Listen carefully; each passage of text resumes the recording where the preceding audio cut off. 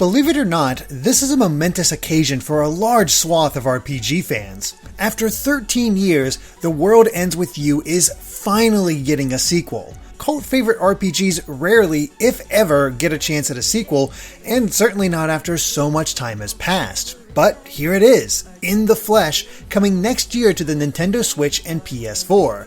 And as someone who adored the original game on DS, to the point that I connected my speakers to the system to listen to the soundtrack, I can't wait. This is Square Enix though, and a Tetsuya Nomura production at that, so there are loads of mysteries already awaiting. That said, it's difficult to look too deeply into this without spoilers for the original game, final remixes A New Day, and even Kingdom Hearts. With that warning out of the way, let's start this deep dive by meeting our new cast of characters. It begins with the apparent new protagonist of Nioh, Rindo, who's sporting a face mask around his chin. Amusingly enough, Nomura has already made a statement claiming that he had no idea a face mask would become the norm when designing him, which, fair enough.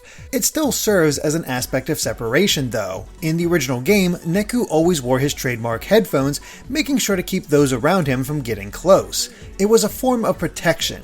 The same could be said of the face mask, but that doesn't protect Rindo. It protects the people around him from him. At least that's the idea. Whether this is a purposeful design decision is difficult to say, though the trailer does reveal some aspects of his personality. Just before his character art appears, there's text describing what Rindo's all about.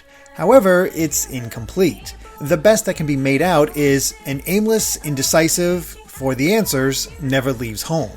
From this, I assume he's a loner who never bothers with the outside world. He has no direction in life, and even if he did, he has trouble deciding what to do. Yet in the Reaper's game, he's searching for some kind of answer. To what, I'm not sure.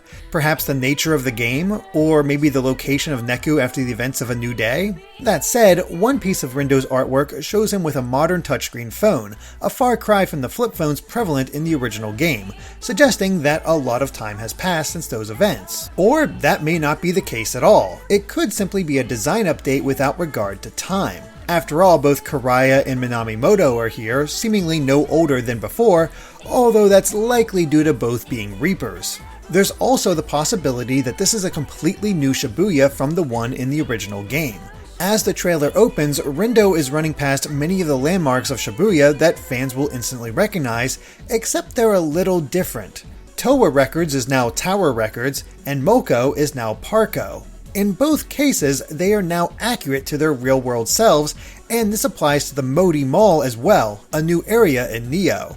The only building that seems to be the same is the 104, which is the 109 in the real world. Is this just an example of being able to get the trademarks this time around, or could this actually be an alternate Shibuya? Well, I'll return to that idea a little later. Returning to the characters for now, Fret is the next one introduced. Like Rindo, text appears behind his portrait describing a little of his personality. It states, Rindo's high school, naturally skilled, but tends to steer. Based on this, I believe Fret is a classmate of Rindo's, if not his best friend. Unlike Rindo, he's good at whatever he puts his mind to, but perhaps lacks focus, maybe preferring to slack off. His mentions of bringing home the bacon and y'all could indicate that he was originally from southern Japan, or this is again a style choice, similar to Beat's dialogue in the original game. It really could be either, as both are pretty likely. Next up is Nagi, whose text states something tiv college student, peers, neither quite her distance from. It's certainly the most challenging to parse, but I believe that she might be something of a genius and has already entered college despite being high school aged. Due to that, she could be awkward around her peers and tends to keep her distance from people. She also has a doll hanging from her backpack, which could carry significance to her backstory in the same vein as Shiki. What her relationship to Fret and Rindo could be, though, is still a mystery. Later in the trailer, she's yelling at Rindo for being the source of her misery, but it's unclear if she's already in the group or maybe forcing herself into the group due to some perceived slight. Whatever it actually is, Nagi seems to get over it as she refers to Rindo as Lord. The final party member is something of a shock to longtime The World Ends With You fans, as it's Minamimoto, a Reaper and antagonist from that game. In A New Day, the mysterious Reaper Coco shot and killed Neku before she in turn was chased off by Joshua. As she's recovering, she claims that she needs Neku for her plans, but he'll need a strong partner. The epilogue ends with her reviving Minamimoto. But that begs the question, where's Neku, and what's Minamimoto doing now? He was never one to follow the rules, but his place as a Reaper seems to be gone considering he's using pins in battle now.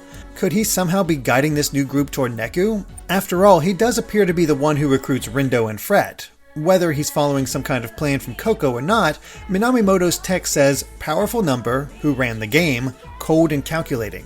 It's pretty much what was known before, though Minamimoto still has his megaphone despite sporting a new outfit. Of course, these four aren't the only characters showcased in the trailer. The first is a young woman who introduces the new RNS, or Reaper Networking Service, to Rindo and Fret.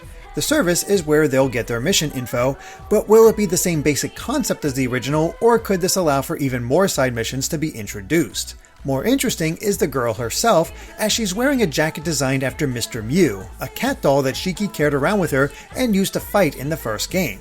Again, this just leads me to ask more questions. Is this proof that time has passed and Shiki has become the fashion designer that she always wanted to be? Or does it have a connection to the mysterious girl from A New Day? That girl does appear in this trailer where she's finally given the name Sugumi Matsune. It doesn't really provide new information beyond that, leaving me to wonder why she has Mr. Mew and a seeming connection to Neku. But there's no way this won't be a central mystery of Neo. The next character who appears is a large man with a chain necklace and an arm tattoo. And he's almost certainly a Reaper, not only because of his look, but because Fret asked the returning Karaya if they're teammates. But they're not, as Karaya says that he's flying solo today. This begs the question of where Karaya's partner from the first game, Azuki, might be during this, but there's no sign of her in the trailer. It's hard to figure out what the big man's deal is, though. He could be a minor Reaper to show how powerful Karaya is, or he could be a major new force. Either way, this interaction feels like setup for a tutorial and explanation of the world to newcomers. The next character introduced is a redheaded girl showing a pin to Rindo. Again, I'm not sure if she's a player or a Reaper, but it feels more like a player interaction. The same goes for the frazzled man in glasses that Fret seems to be holding Minamimoto back from. The key point is that the man mentions his comrades and him making it this far, which is certainly player dialogue. Why the group is seemingly harassing him is a little harder to parse, but maybe this is their way of protecting him. The final character in the trailer is Sheba, the Game Master, or at least for this week. There's no indication of what form the game may take this time, but the week-long time limit is likely still in place. In fact, Neku having to survive multiple weeks was one of the bigger surprises of the original game, and it makes sense for it to carry over to the sequel. However, it is possible it'll be changed up to keep things fresh, as that's absolutely the case in terms of combat. Battles are shown throughout the trailer, and it's certainly been tweaked from the original. Rather than a party of 2 that passes combat between each other, this time it's a party of 4. Pins appear to be the central focus, but it's unclear if they have to be activated in different ways like on the DS. It's unlikely, but I highly doubt the combat is as simple as it seems. From the battle shown, all 4 characters will be on the field at once, along with the noise. There's a team HP that's shared, while combos can be performed that increase the sync meter. What I'm not sure of is how control is passed between the party, as the combat is kept flashy, yet simple in the trailer. There's even a chance icon that shows up, and maybe the way the sync meter increases. Many of the attacks are reminiscent of past pin psychs, and there's a meter below each one, indicating the return of limited uses until that pin recharges. The big change here is that none of the characters seem confined to a certain kind of attack like the partners of the original game. It's tricky to delve much further without descending into speculation, but it seems different enough to feel similar to the original while changing enough to work better on the Switch and PS4. Beyond combat, thought fragments return, allowing players to read the minds of the people of Shibuya and sometimes influence them to complete quests. There's also a scene of Fret and Rindo figuring out some kind of puzzle near the Hachiko statue, though its exact nature is difficult to guess. Honestly, I'm more intrigued by the bits of dialogue that appear during the boss fight. Rindo asks about Shibuya being gone and if it's all a dream, while Fret reconfirms that players are in the game because they died. Really, this makes me think of A New Day again, as Neku had a vision of Shibuya disintegrating before he was killed by Coco. And considering his other visions came true, it's likely that Neo is building toward that end. But what is causing this to happen to Shibuya? Who's Sugumi really? And the real kicker, could this actually be a tie-in to Kingdom Hearts? That last bit may sound insane, and it truly is, but there is precedent established within Kingdom Hearts. After all, the characters from The World Ends With You appeared in Dream Drop Distance and are treated as if they came from Shibuya as the Reaper's game is mentioned. In fact, Shiki and Neku actually invite Sora to come to Shibuya someday, though at the time, many treated it as an offhand comment. And then the secret ending of Kingdom Hearts 3 happened, with Sora whisked away to a Shibuya-like city with the 104 building. There's no one else around, so it's possible it's a different Shibuya, but then comes Melody of Memory. In this latest game, Kairi and Riku discover that Sora is lost within a place called the Quadratum, a world of neither light nor darkness. And considering Quadratum is Latin for square, well, perhaps we could start seeing worlds in Kingdom Hearts based on those from Square's history. And wouldn't you know it, The World Ends With You is one such possible world. Now, what does it all mean?